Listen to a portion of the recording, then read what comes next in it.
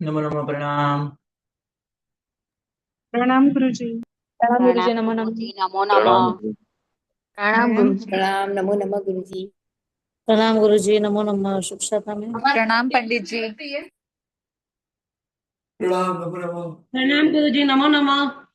नमो नमो प्रणाम। कल हमने कृतपुण्य, सिंहगिरी, कृतपुण्यक, सुकौशल मुनि, पुंडरीक स्वामी અને પુંડરીક મુનિ, કેસી ગણધર, करकंडू, प्रत्येक बुद्ध, राजर्षि, हल्ल विहल्ल, सुदर्शन सेठ और साल महासाल की बात की। साल और महासाल की बात हमने कल शुरू की थी। गुरुजी, स्क्रीन टाइपिंग आ रही है। सबको कोई दिखा दे रहा है? सबको का प्रॉब्लम है कुछ? हाँ गुरुजी, वो दिखाई दे दे रहा रहा है है। आप गुरुजी। जैसे जैसे बोल रहे हो दिखाई ना, दे रहा तो तो क्या? वो जूली गुरुजी जी, आप आपका सेटिंग अलग चेंज अलग हो गया है सेंटेंस आ जूली रहा जी। है गुरुजी। जूली जी, आपके क्लियर फोन तो का है नहीं सेटिंग साउंड। चेंज हो गया है। एक साथ नहीं, हाँ बोलो, क्या प्रॉब्लम गुरुजी क्या है? एक साथ हमको नहीं एक्चुअली। आ रहे, बरोबर आ रहे। हमको नहीं आ रहा है, बराबर आ रहा है क्या? हाँ जी गुरुजी, मेरा ये गड़बड़। आपका प्रॉब्लम है। सबको दिखाई तो दे रहा है ना? जूली जी, जी जी गुरुजी, आपका सेटिंग सॉरी, कैप्शन दब गया था गुरुजी। मिच्चा में दुकड़म यहाँ से। हो गया ना अभी? जी जी, बंद कर दिया। ओके, चलो। तो हमने कल साल महासाल तक बात की थी। साल और महासाल दोनों सगे भाई थे। यशोमती उनकी बहन थी और परस्पर ये सबको प्रेम प्रीति भाव बहुत था। साल और महासाल वैराग्य वासित होके दोनों भाइयों ने दीक्षा ली थी और 11 अंग की पढ़ाई भी की। गौतम स्वामी और भगवान महावीर स्वामी के पास दीक्षा ली थी और गौतम स्वामी के साथ वो विहार करते थे। विहार करते करते हम्म, जो बहन का गांव था, यशोमती उनकी बहन थी, उनका जो गांव था उस गांव में विहार करके वो आए थे। और बाद में यशोमती को भी एक पुत्र था। सबको उन्होंने वैराग्यमय वाणी सुनाई और सब, यानी यशोमती, उनकी बहन, उनके पति और उनका पुत्र गांगली, जिनका नाम था, तीनों ने वैराग्य वासित होके दीक्षा ली थी। और अंत में ये तीनों और साल महासाल टोटल मिला के पांचों को अंत में केवल ज्ञान की प्राप्ति हुई। संयम का अच्छी तरह से पालन किया था, केवल ज्ञान की सबने प्राप्ति की और सब मोक्ष में गए। ऐसे साल और महासाल की भी बात हमारे शास्त्र के अंदर आती है। मतलब यहाँ से साल महासाल, उनकी बहन यशोमती, हम्म, बहन के पति, पति का नाम तो है नहीं, कोई पुस्तक के अंदर लिखा नहीं है, और उनके पुत्र गांगले, ये तीनों ने दीक्षा ली थी और केवल ज्ञान की प्राप्ति की थी। और साल महासाल वो भी केवल ज्ञान की उन्होंने भी प्राप्ति की और वो भी मोक्ष में गए थे। साली भद्दो जिनकी कथा कहने की कोई जरूरत नहीं है, सबको पता है शालीभद्र कौन थे। पूर्व भव के अंदर बड़े शेठ थे, लेकिन धर्म मार्ग के अंदर कुछ भी द्रव्य का व्यय नहीं करते थे। लेकिन उनके पुत्र जो थे, उन्होंने एक दिन अचानक सबको बुला के साधर्मी भक्ति, संघ भक्ति की थी। और अंत में शेठ को पता चला कि मेरे घर पे पूरा संघ आया है, क्यों ना मैं भी कुछ भक्ति करूं। और नीचे उतरने लगे। मृत्यु पाके गरीब कुल के अंदर उनका जन्म हुआ। लेकिन पूर्व भव के अंतिम समय उनकी जो भावना थी वो भी आज भी इस भव के अंदर भी जागृत थी। पूज्य साधु भगवान को उन्होंने देखा और उनको जो खीर मिली थी, पहली बार खीर खीर मिली थी, केनो प्रकार है, जैसे हम बोलते हैं, कैसे भी करके जो उनको खीर मिली थी, वो खीर उन्होंने बहुत अहोभाव से बोलाई थी और प्रचंड पुण्य का उन्होंने उपार्जन किया था।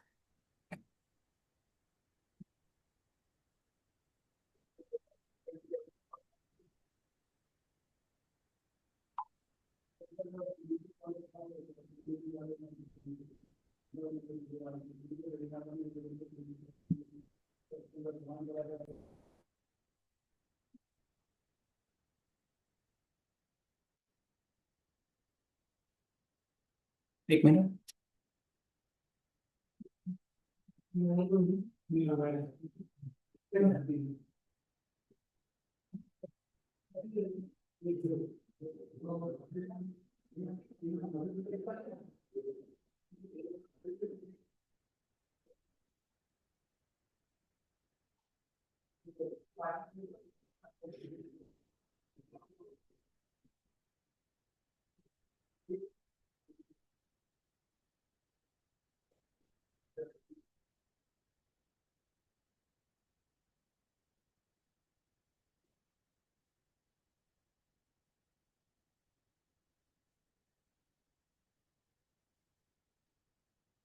तरह शालिभद्र ने बहुत ही अच्छी तरह से भक्ति की थी और अंत में बहुत खीर खाने के कारण उनकी मृत्यु हुई।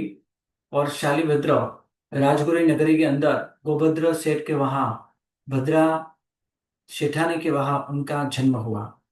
और अंत में इतनी सारी समृद्धि भी उन्होंने, जो मनुष्य के भोग के अंदर जिन्होंने देवकृत वृद्धि का उपयोग किया, ऐसे एक ही आदमी, एक ही व्यक्ति मिलते हैं, वो है शालिभद्र।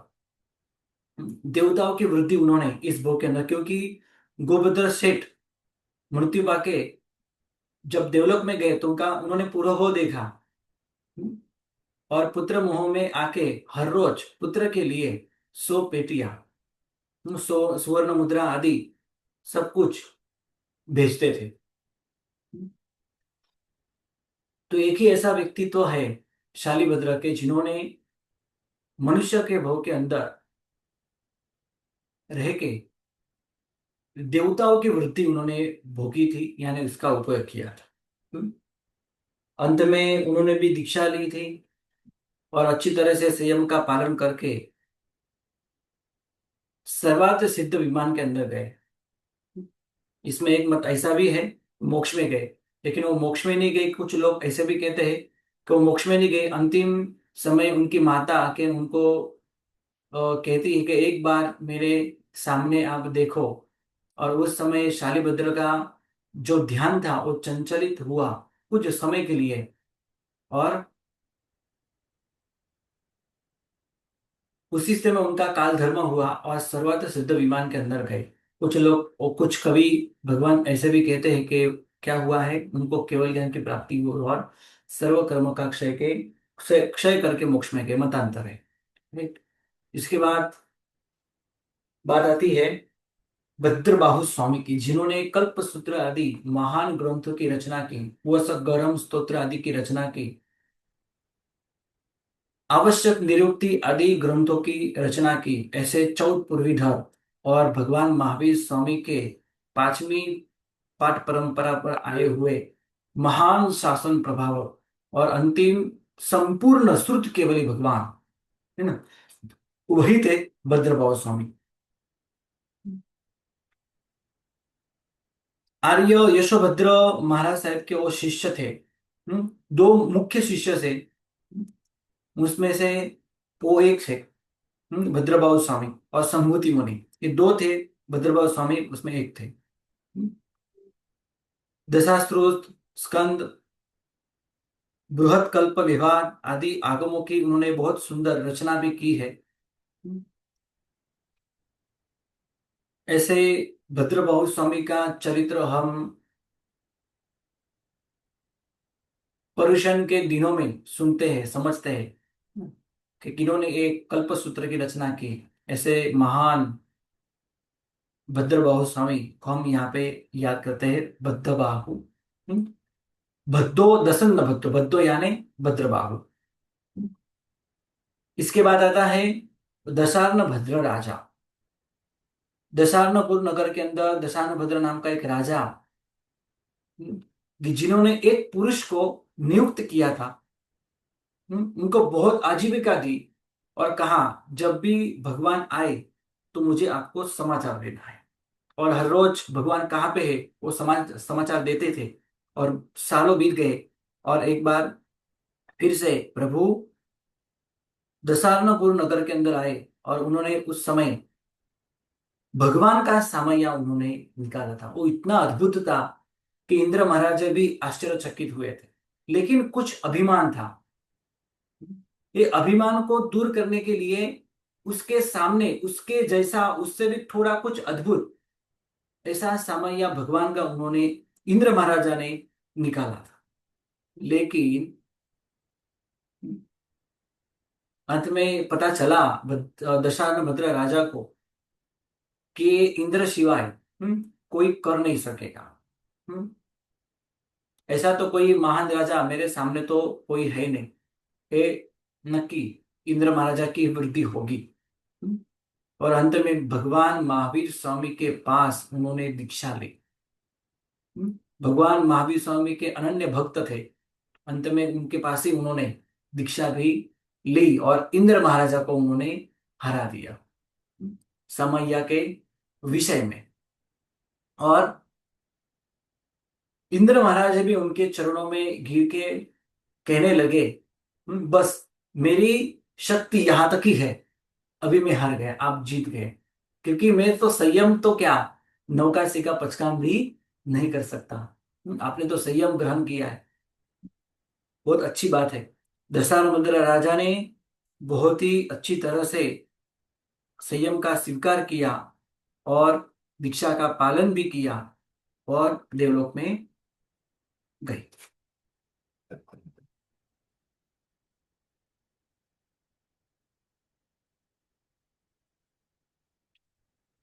तब जब आदि करके बहुत सारे कर्मों का क्षय करके वैभार गिरी शिखर पर यानी गिरनार पर्वत पर अनशन स्वीकार करके भिक्षानुक्रम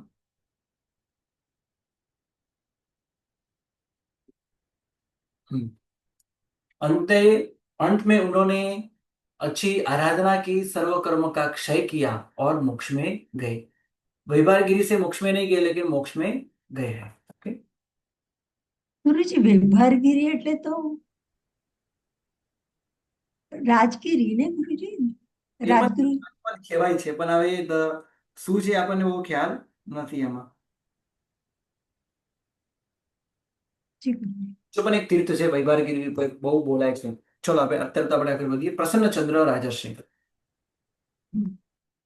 जिनका दृष्टांत भी बहुत प्रसिद्ध है। सोमचंद्र राजा और धारिणी रानी के बड़े पुत्र प्रसन्नचंद्र, प्रसन्नचंद्र को राजगादी पर बिठा के राजा और रानी ने तापस धर्म स्वीकार किया था। और तापस धर्म स्वीकार करके उन्होंने इसका ही पालन किया था। जैन दर्शन का उनको ज्ञान बिल्कुल नहीं था। और बाद में भगवान के सानिध्य में आके प्रसन्नचंद्र राजा ने जैन धर्म अपनाया था और जैन धर्म का पालन भी किया था। और ऐसा बड़ा राज्य राजपुरी नगरी, उसका बड़ा राज्य, उसके अंदर भगवान समोर से थे। और प्रसन्नचंद्र राजा ने वहां के उन्होंने दीक्षा भी ली थी और उनके पुत्र छोटे थे, राजगादी पर उनको बिठा दिया और कौशक में खड़े रहे। सैनिक महाराजा के दो सैनिक, क्योंकि सैनिक महाराजा भगवान को वंदन करने के लिए निकला था। सुमुख और दुर्मुख, ये दो उनके नाम हैं। अरे प्रसन्न चंद्र को देख के वो हंसने लगे। देखो देखो, पिताश्री तो यहाँ है, अपने छोटे पुत्र को राजगादी पर बिठा दिया है, लेकिन बाजू के पड़ोस के राजा, शत्रु राजा वहां के, उसका राज्य अभी छीनने वाले हैं।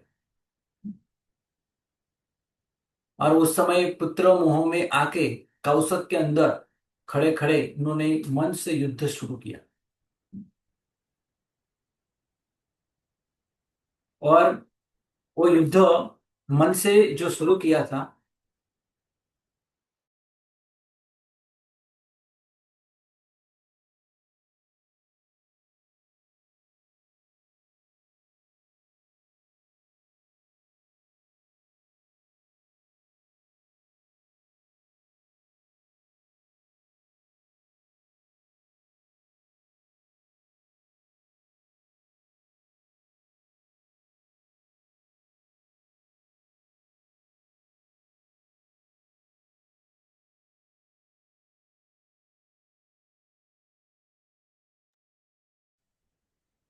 इस तरह प्रसन्न चंद्र मुनि ने मन से युद्ध किया और बहुत सारे कर्मों का बंध भी किया। सैनिक महाराज ने उनकी मुद्रा देख के बहुत खुश हुए थे कि देखो, कि पैर के ऊपर एक पैर चढ़ाया है, हाथ ऊपर किए हैं, सूर्य से दृष्टि मिलाई है और इतना घोर तपस्या कर रहे हैं। सचमुच अभी जो मृत्यु हो जाए या अभिषेक का बन हो जाए, या तो स्वर्ग या तो फिर मोक्ष। हम्म? भगवान को पूछने की कुतूहलता उनमें प्रकटी, और सैनिक राजा ने भगवान महावीर स्वामी को पूछा कि प्रसन्न चंद्र मुनि मर के अभी जो मरे तो कहाँ जाएंगे। भगवान ने कहा सातवीं नरक। आश्चर्य हुआ। दूसरी बार, तीसरी बार, चौथी बार प्रश्न पूछा। और भगवान ने छठी नरक, पांचवी नरक, चौथी नरक, तीसरी नरक, तीसरी नरक, ऐसा करके करके देवलोक तक पहुंचे। सर्वत्र सिद्ध विमान की बात आई। और उसी समय केवल्यान केवल दर्शन उनको प्रकट हुआ, क्योंकि उनका अर्थ ध्यान, उनका रौद्र ध्यान, उनको पता चला कि मैं साधु होके मैंने वो एक बहुत गलत किया, एक पुत्र मोह में आके शत्रु राजा के साथ मन से युद्ध किया। और अंत में जब मुकुट मारने के लिए जाते हैं, तब पता चलता है मस्तक पर बाल नहीं है, पंचमुष्टि लोच किया है, मैं साधु हूँ, बहुत गलत किया। पश्चाताप के धारा के अंदर आके सर्व कर्मों का क्षय करके उन्होंने केवल ज्ञान की प्राप्ति की, और उसी भोग के अंदर वो मोक्ष में गए। उनसे दृष्टांत से हमको ये पता चलता है, कभी भी मन से पाप नहीं करना चाहिए। पाप तो करना ही नहीं चाहिए, मन से तो बिल्कुल नहीं करना चाहिए। आगे बात आती है जसभद्दो, यानी यश, यशोभद्र स्वरी, जो स्वयंभव सूरी के शिष्य थे और भद्रबाहु स्वामी के गुरु थे। स्वयंभव सूरी के शिष्य यशोभद्र सूरी और भद्रबाहु स्वामी, संभूति स्वामी, हाँ, संभूति मुनि, उनके संभूति मुनि भी चौथ ही थे, चौथ पूर्वी धर थे उनके। ये दोनों चौथ पूर्वी धर के गुरु यशोभद्र सूरी थे। उन्होंने भी शासन प्रभावना बहुत सारे की थी। ऐसे दो दो मुनि भगवंत को चौथ पूर्व पढ़ाए थे। अंत में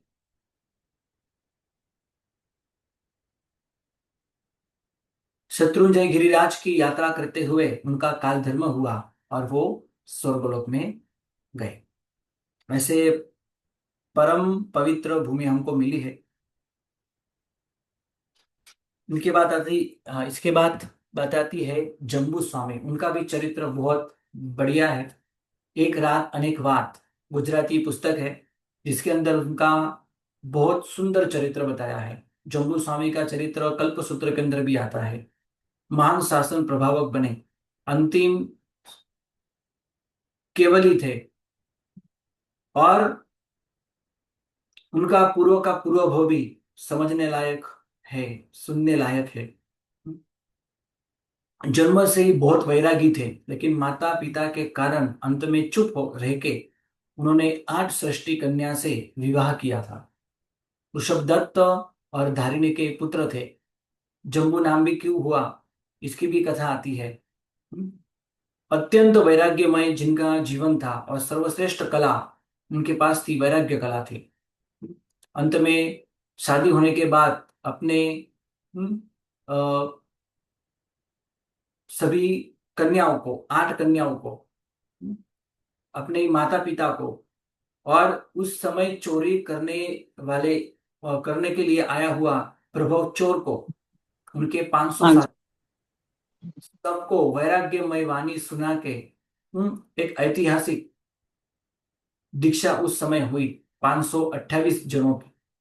और सुधर्मा स्वामी के पास उन्होंने दीक्षा ली, संयम का पालन किया, कर्मों का क्षय किया और अंतिम केवली बने। उनका जन्म चौथे आरे में हुआ था, लेकिन 5वें आरे में उनका मोक्ष गमन हुआ। वो अंतिम केवली थे और अंतिम मोक्ष में यहां से जाने वाले मुनि महात्मा केवली परमात्मा थे। उनके बाद कोई मोक्ष में नहीं गए। और उनके बाद 10 ऐसी महान वस्तुएं थी जो यहाँ से हमारे भरत क्षेत्र से विलुप्त हुई। इसकी बात आपको कल्प सूत्र के अंदर आएगी। ऐसे जम्बू स्वामी, इनका भी चरित्र बहुत ही सुंदर है। 8 सृष्टि कन्याओं के साथ जिनका विवाह हुआ था, सभी 8 ही कन्याओं को एक एक कथा सुना के सबको प्रतिबोध किया था। 8 कन्याओं की 8 कथाएं, और सामने से 8 कन्याओं को 8 कथा सुना के सबको प्रतिबोध करके वैराग्यमय बना के सबको दीक्षा दी थी। और जम्बू स्वामी के माता पिता ने भी दीक्षा ली और सबने एक साथ दीक्षा ली थी। ऐसे वैराग्यमय जिनका जीवन ऐसा सुंदर चरित्र जम्बू स्वामी का है। एक रात अनेक बात पुस्तक के अंदर भद्रगुप्त श्री महात्मा ने बहुत ही सुंदर चरित्र लिखा है। जीवन में सचमुच एक बार ये पुस्तक पढ़नी चाहिए। शायद हिंदी में होगी तो वो भी पढ़नी चाहिए। मेरे पास तो है नहीं, लगभग शायद नहीं होगी तो देख लूंगा, मैं आपको भेज दूंगा। सचमुच अहोभाव से एक बार पढ़ने से हमको वैराग्य तो होता ही है, होगा ही। इतनी सुंदर कथा इसके अंदर दी गई है। तर्कबद्ध जम्बू स्वामी ने कथाएं बताई है। गुरु जी हाँ, ये 527 की संख्या थी कि 528? आपने अभी कहा 528 थे क्या? 527 और वो खुद एक। अच्छा, खुद एक मिला के 528 को। वो हाँ, जी जी, वो मिला के 27 होते हैं। जी हाँ। हाँ। 500 तो चोर थे, एक प्रभो चोर। हाँ, अभी एक जो प्रभो चोर था वो 500 के अंदर आता है क्या बाहर आता है पता नहीं, लेकिन हम गिनते हैं। ओके। हाँ, 500 चोर, और एक खुद प्रभो चोर। बाद में जम्बू स्वामी, उनके जम्बू स्वामी एक और उनके 8 कन्या, और 8 कन्या के माता पिता भी, यानी 16। तो टोटल मिला के हुए 528। अभी प्रभु चोर की गिनती 500 में करनी है कि बाहर करनी है वो कुछ पता नहीं है, राइट। लेकिन ऐसा कहा जाता है तो ऐसा ही कि 500 चोर के साथ आए थे, राइट। नहीं तो फिर 500, प्रभु जो हाँ, नहीं तो फिर 527 जो उनकी गिनती प्रभु चोर की अंदर हो जाती है, 500 चोर के अंदर ही, तो 527 बाहर की जाए तो 528 होता थी। लेकिन शास्त्र के अंदर ऐसा तो कहाँ लिखा नहीं है। प्रसिद्ध बात 527 की है, राइट। जी गुरु जी। वंकचूल, ये भी पात्र बहुत प्रसिद्ध है। वंकचूल का पात्र भी बहुत प्रसिद्ध है कि ऐसा तो राजकुमार था, लेकिन चोरी करने की बहुत गलत आदत थी। माता पिता ने उनको घर में से निकाल दिया था और जंगल में जाके रहता था और पल्लीपति बन गया था, सभी चोरों का सरदार बन गया था, परिवार भी था। और एक बार उसी नगर में से एक नगर से दूसरे नगर में जाते हुए कुछ आचार्य भगवंत परिवार के साथ जा रहे थे। बीच में बरसात हुई तो अभी लगा अभी विहार करने योग्य नहीं है, निगोद आदि अनंत जीवों की विराधना होने की पूरी संभावना है, तो क्यों ना हम यही जंगल के अंदर ही चातुर्मास करेंगे। तो उसी समय वंकचूल दिखा और वंकचूल के पास आके उन्होंने विनती की कि आपके पास कोई भूमि हो तो आप हमको दे सकते हो, आप शय्याचार बनो हमारे, और हम यहाँ पे चातुर्मास करेंगे। ऐसे ज्ञानतुंग सुरीश्वर जी जिनका नाम है, ऐसे आचार्यों ने परिवार के साथ वहां पे चातुर्मास किया। लेकिन वंकचूल ने कहा कि आपको मेरे कोई भी साथीदार को कोई भी प्रकार का उपदेश नहीं देना है। जो आप उपदेश दोगे तो होगा क्या, ये सब मेरे भाई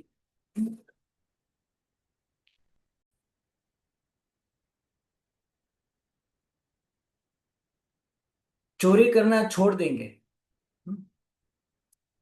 और अच्छे इंसान बन जाएंगे, इसलिए आपको कोई भी प्रकार का उपदेश नहीं देना है। लेकिन उन्होंने ऐसा तो कुछ किया नहीं, मतलब 4 मास तक उन्होंने तपस्या ही की और जीवन 4 मास उन्होंने पूर्ण किए। लेकिन अंतिम समय उनको लगा कुछ उपदेश देने लायक है, और सामने से भी उनको चुल ने भी विनंती की, आप जा रहे हो तो कुछ 2 शब्द आप कह सकते हो। और उन्होंने उस समय वैराग्यमयी वाणी सुनाई और 4 नियम ऐसे दिए कि जो कभी उपयोग में नहीं आए, कभी उपयोग में नहीं आएंगे, ऐसे ही 4 नियम उनको उन्होंने उस समय दिए थे कि कौवा का मांस है वो नहीं खाना है, राजा की रानी के साथ भोग नहीं करना है, और जो फल का नाम इसका स्वरूप नहीं जानते ऐसा फल का त्याग करना है, और कभी किसी को मारना हो तो 7 कदम पीछे हटना है। और जीवन में ऐसी घटना बनी, ये चारों नियम उनके लिए, उनका जीवन बचाने के लिए उपयोगी हुए, और बहुत प्रतिबोध होके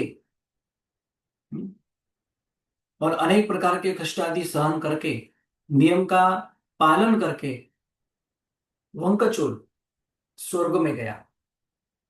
सिर्फ 4 नियम दृढ़ता पूर्वक श्रद्धा पूर्वक उन्होंने पालन किया था।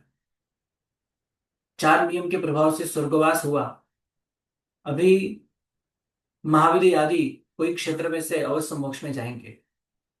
तो ऐसे ये वंकचूल है जिनका नाम शास्त्र में प्रसिद्ध हुआ। इसके बाद गजसुकुमार मुनि की बात आती है। देवताओं के आशीर्वाद से गजसुकुमार मुनि, यानी गजसुकुमार अत्यंत सुकुमार थे, जो श्री कृष्ण महाराजा के छोटे भाई थे, और देवकी का 8वां पुत्र था। देवकी के सभी पुत्र मरे थे, मृत्यु को पा गए थे। ऐसे तो शासन प्रभावक होके तो 7 पुत्र जो थे, शासन देवों ने उनको वहां से उठा लिया था। श्री कृष्ण को भी उन्होंने बचा लिया था। 8वां पुत्र देवकी को ऐसा लगा था कि मैंने किसी को प्रेम नहीं किया, पुत्र जैसा प्रेम किसी से नहीं हुआ, मेरा इतना सौभाग्य न था। लेकिन श्री कृष्ण महाराजा और देवताओं के सहाय से, उनको देवताओं के आशीर्वाद से अंतिम पुत्र हुआ, 8वां पुत्र गजसुकुमार। लेकिन वो अंतिम चरम भवी था, उसी भव के अंदर मोक्ष में जाने वाला था। अंत में नेमिनाथ भगवान की वाणी सुनकर उन्होंने दीक्षा ली थी, लेकिन एक ही दिन पहले उनकी शादी हुई थी। जिनके साथ शादी हुई थी उनका पिता, उन्होंने अंत में स्मशान में जाते समय एक गजसुकुमार मुनि को उन्होंने देखा।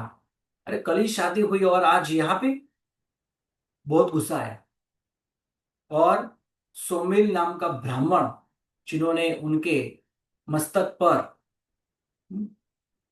मिट्टी की पाल बना के उसके अंदर अंगारे डाल दिए, और गजसुकुमार मुनि ने समता भाव से ये सहन किया। रहते तो थे तो वो राजकुमार, कभी दुख सहन नहीं किया था, और वो भी दुख आया तो इतना बड़ा दुख एक साथ में आया, और पहले ही दिन आया, समता भाव से सब कुछ सहन किया और सर्व कर्म का क्षय करके अंतिम अंतकृत केवली बने और मोक्ष में गए। इसके बाद में बात की बात आती है ना। श्री कृष्ण महाराज को पता चला, सोमेल डर गया और डर के मारे वो मर गया।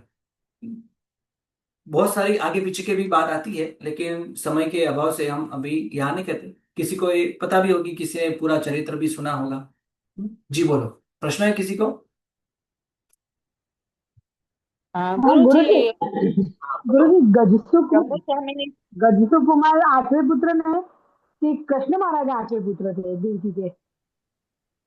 नहीं, बराबर सुनाई नहीं दे रहा, फिर से बोलो। 8वें पुत्र तो कृष्ण महाराजा होने चाहिए ना देवकी के तो। नहीं, 7 पुत्र के ऊपर 8वां पुत्र गज सुकुमार थे। Okay okay. हम्म। ગુરુજી જંબુસ્વામીની જે કથા છે એ બુકનું નામ અને ઓનલાઈન પીડીએફ હા. એક્સેસ હોય એની? હા, એક રાત અનેક વાત. તમારા કોઈ પણ નાની અચ્છા. મળશે આ ચોપડી, બહુ સુંદર ચોપડી છે. જીવનમાં વાંચશો તો વૈરાગ્ય ચોક્કસ થશે. વાંચતા રહેશો જીવન